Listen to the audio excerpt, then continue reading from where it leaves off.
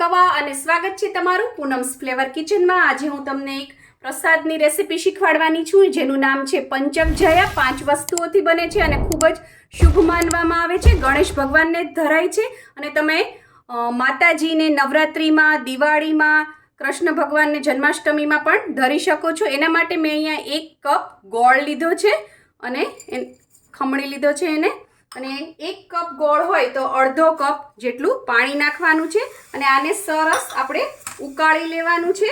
બહુ quick easy છે અને એકદમ નવીન છે। આપણે ગુજરાતમાં તો ઘણા લોકોને ખબર પણ નહીં હોય આ પ્રસાદની। અને સરસ આપણે ઉકાળી લઈએ આ પાણીને। પાણી ઉકળવા માંડે પછી 4 થી 5 મિનિટ આ રીતે એને ઉકાળી લેવાનું છે જેથી જરાક એની અંદર ચીકાશ આવી જાય। ત્યારબાદ ગેસ બંધ કરી અને આપણે એને ગાળી લેશું જેથી ગોળમાં કઈ કચરો કાકરી હોય તો એ બધું નીકળી જાય। અને ગેસ ઉપર એક કડાઈ મૂકી દીધી છે। કડાઈમાં 2 મોટા ચમચા ભરીને મેં દેશી ઘી નાખ્યું છે, શુદ્ધ ઘી। ત્યારબાદ આપણે એની અંદર નાખી દઈશું કાજુ, બદામ અને કિશમિશ ના ટુકડા કરી લીધા છે મેં। કિશમિશ આખી જ છે અને આને થોડું આપણે ઘીમાં શેકી લેશું।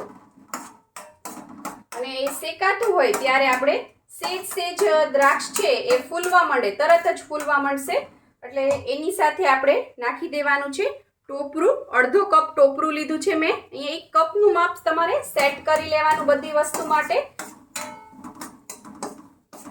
ડેસિકેટેડ કોકોનટ છે એટલે સૂકું ટોપરાનું છીણ, તમે લીલું નાળિયેર હોય એનું છીણ પણ તમે નાખી શકો છો આની અંદર। ત્યારબાદ પૌવા નાખવાના છે, જે પાતળા પૌવા આવે છે। આપણે જે પૌવાનો ચેવડો કરવા માટે જે પાતળા પૌવા યુઝ કરીએ છીએ એ લેવાના છે। બટેટા પૌવાના પૌવા નથી લેવાના, એ આપણે આની અંદર નાખી દેવાના છે। ઘણા લોકો ખસખસ પણ નાખતા હોય છે, એ પણ નાખી શકો છો। બહુ જ ક્વિક અને ઇઝી છે અને એકદમ નવીન છે।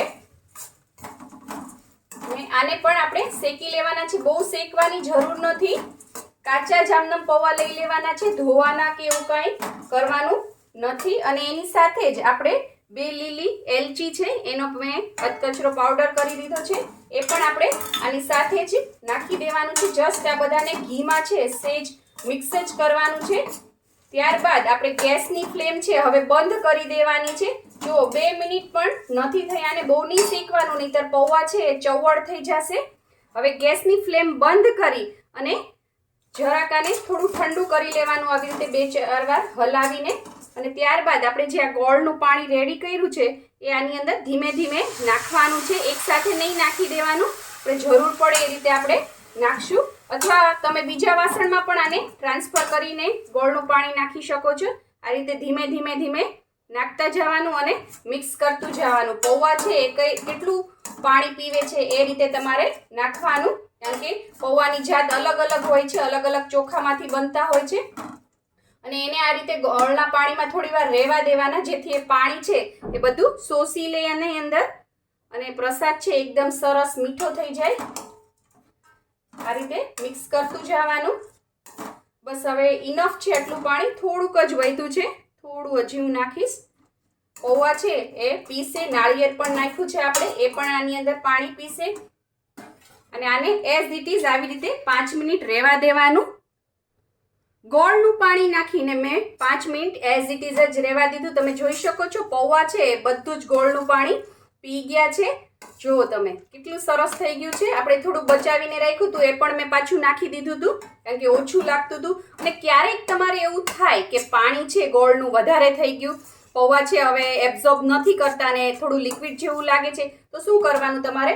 સેફ સાઈડ છે આવું નહીં જ થાય, પણ જો થાય તો તમારે થોડું ટોપરાનું જે છીણ હોય એની અંદર નાખી દેવાનું। વિધિન 2 સેકન્ડમાં જ એ પાણી બધું એબ્ઝોર્બ કરી લેશે અને સરસ કન્સિસ્ટન્સી આવી જશે।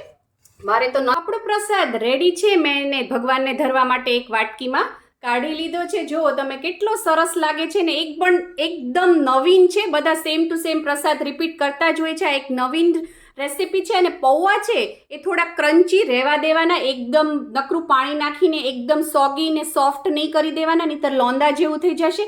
આમાં થોડા પૌવા છે એ થોડા ક્રન્ચી જ હોય છે તો જ ખાવાની મજા આવે છે। જો તમને મારી આ રેસીપી પસંદ આવી હોય તો લાઇક, શેર, કોમેન્ટ કરો। પ્લીઝ મારી ચેનલને સબસ્ક્રાઈબ કરો અને બેલ આઇકન દબાવવાનું ના ભૂલશો જેથી આવી જ સરસ મજાની વાનગીઓ તમારા સુધી પહોંચતી રહે। થેન્ક યુ, આવજો।